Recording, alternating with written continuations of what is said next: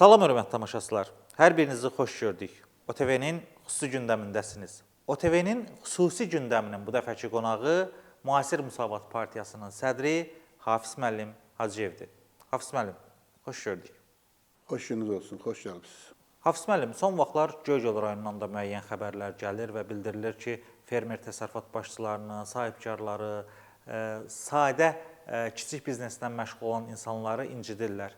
Sizdə bunlarla bağlı hər hansı bir faktlar varmı?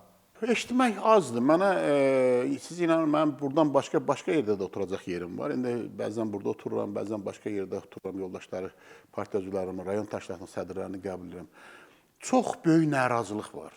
İndi Cənab Prezident bütün günü deyir ki, sahibkarlarla işləyin, sahibkarlara kömək eləyin, xalqın içində olun, xalqı incitməyin. Axırıncı son günlər verdiyi müsahibələrdə özünüz gördün yerli telekanallara ki, yerlərdə olan nöqsanları mənə deyin, xalqın xidmətçisi olun. Bunlar elə deyirlər.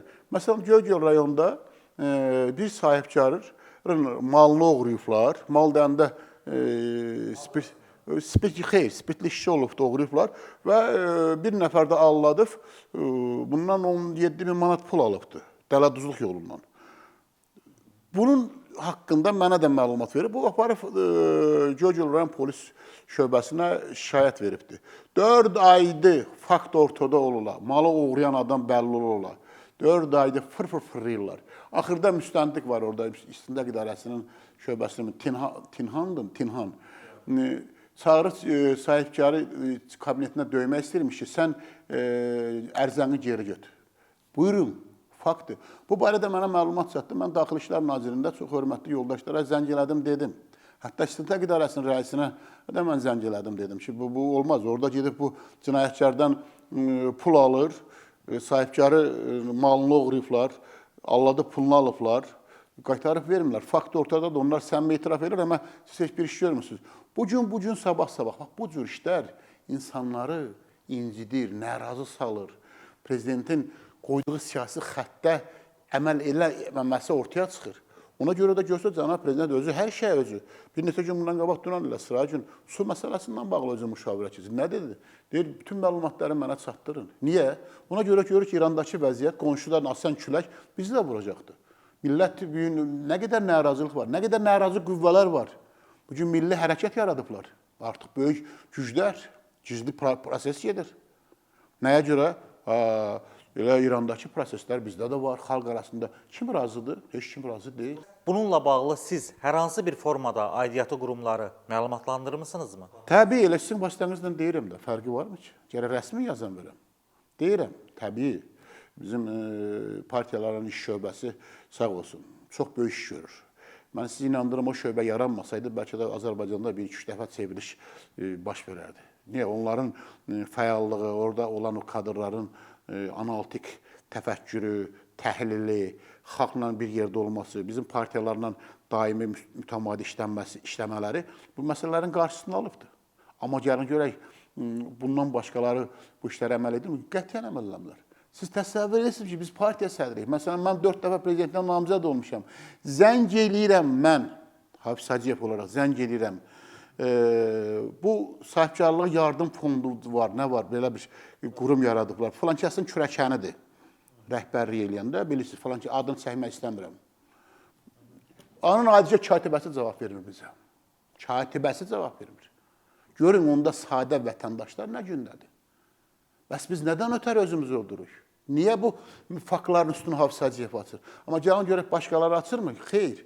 Başqaları deyir, başqa bizim siyasi partiya rəhbərlərinə mən deyirəm. Deyirəm, elə mikrofon yaxışdıran kimi siz ya Kitaydan dərsiniz, ya Amerikadan dərsiniz, ya Venezueladan dərsiniz. Daxilınıza bir nəzər salın. Görək, daxildəki proseslər hara gedir? Yəni, bizə nətərdir? Bugün öz başınalıq baş alıb gedir. Saymamazlıq baş alıb gedir. Xalqın sözünü dinləyən yoxdur. Məsələn, mən baxıram, bir qrup şikayətçi rəhmətli Heydər Əliyevin qəbrindən şikayət etməyə cəhd ediblər. Bu dözülməz haldır, bu yayılır. Bugün İranda gedən proseslərdən suni istifadə edən qüvvələr var. Elə-belə məsələ deyil. Bugün çalışırlar ki, deyirlər ki, niyə İranda da sahibkarları incidirlər, oradan başladılar. Biz də burada incidək, buradan başlasınlar. Dünənləri, məsələn, qiymətlər Azərbaycanda həmdəsi silsilə ilə qalxır, İranda da qalxırdı. Lira hara qalxır. Eyni prosesdir. Amma nə eləməlidir? cənab prezidentdən başqa bu işin qarşısını alan varmı? Ramiz Mehdiyev vəkilləri vasitəsindən həmin adamlara mesajlar göndərir. Bax, məsələ budur. Və bunu da mən ürəyim yana-yana deyirəm. Bəzən də mənə deyirlər, sənin nəyinə lazımdır, neyniyəşdən? Otur, sakitcə otur. Deyirəm, yox, otura bilmirəm. Təzədən nə aparacaq bu dünyadan? Bir metral qismət olur. Bu millət hara gedir?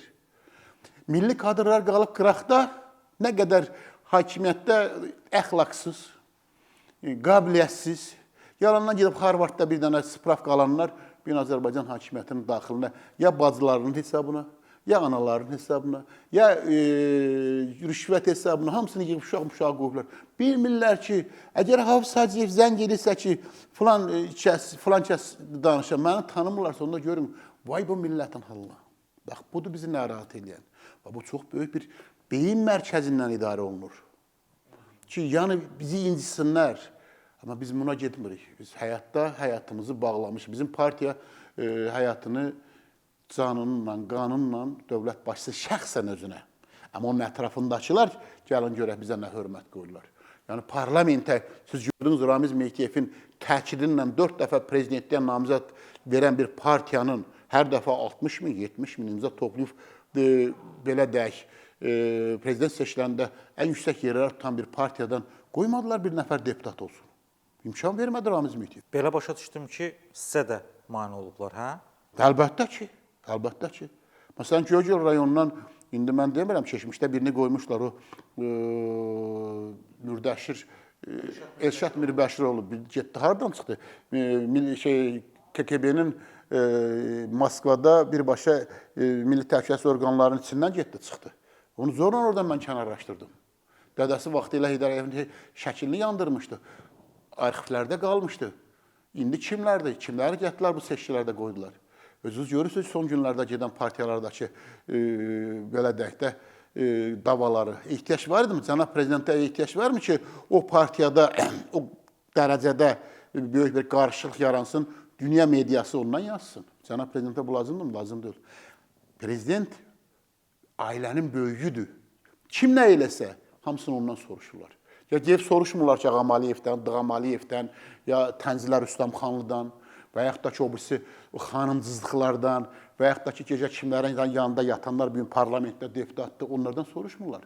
Deyirlər ki, ölkə bu gündədir, bu vəziyyətdədir. Gördünüz Maduranın ətrafı satdı onu, nə günə qoydu Venezuelada. Bax, bizdəkilər də o yoldadır, bax, bu satsa. Bir mənəm qarşısını kəsmişəm. Əlləşləri olsa, Hafiz Hacıyevi bu satsa, bax, buranı bilsələr ki, bugün bax, buradayam, sizə müsahibə verirəm, buranı partladarlar. Yoxdur. Cənab prezidentin müdafiə ilə heç kim yoxdur. Kim yanına girir, hamısı özünü səmimi göstərir, güya ki, ona canı yanan göstərir, amma arxada hamısı xəyanət edir. Bax, bu xəyanətkarların da qənimi büyüm mənəm. Bunların da bir məqsədi var ki, məni prezidentlə kənarlaşdırsınlar və istədilər, ona da nail ola bilməyəcəklər. Əgər mən bugün deyirəmsə, Milli Məclisin sədrinin müavini, mənim yerim, keçmiş yaxın sədr müavini, oradan da bilməm, gələn müavindirmi? Ələhmədov, Ramiz Mehdiyevin sağ əlidir.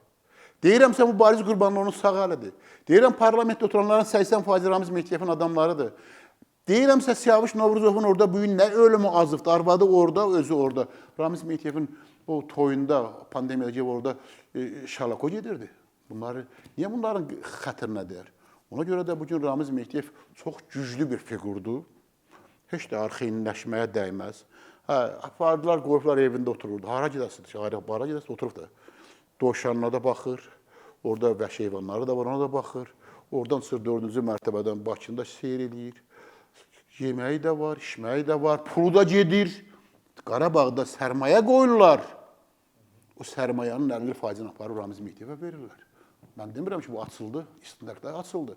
İndi sual ortaya çıxır ki, o bu tutulmuş adama, buna cinayət adam aparıb orada o, belə deyək, sərmayənin sahibkar niyə aparıb ona verir? Bax, bu məsələlər soruşulmalıdır. Yox, təəssüf ki, soruşulmur və bu da ölkədə çox böyük narazılıq yaradıb. Kimsə düşünürsə ki, hər şey əladır, o cür düşünsün. Amma elə deyil. Ölkə barıd üstündədir. Və ölkədə bu gün qarşılıq salmaq istəyən qüvvələr çox fəallaşıblar. Güclü işlər aparırlar. Bəzən mənə də dəvət edirlər ki, bəsdir, sənin nə qədrin bilindi, bu dövlət səni nə elədi? 30 ildir bu dövlətə xidmət edirsən. Sənə nə elədilər? Sən də gəl qoşul bizə. Biz yox. Mən həyatım, mənim bir sifətim var. İlham Əliyevlə gəlmişəm, onunla da gedəcəm. Nə olacaq? Elə də olacaqdır. Hafiz bəy, dəyərli vaxtınızı bizə ayırdığınız üçün sizə sonsuz təşəkkürümüzü bildiririk. Sağ olun.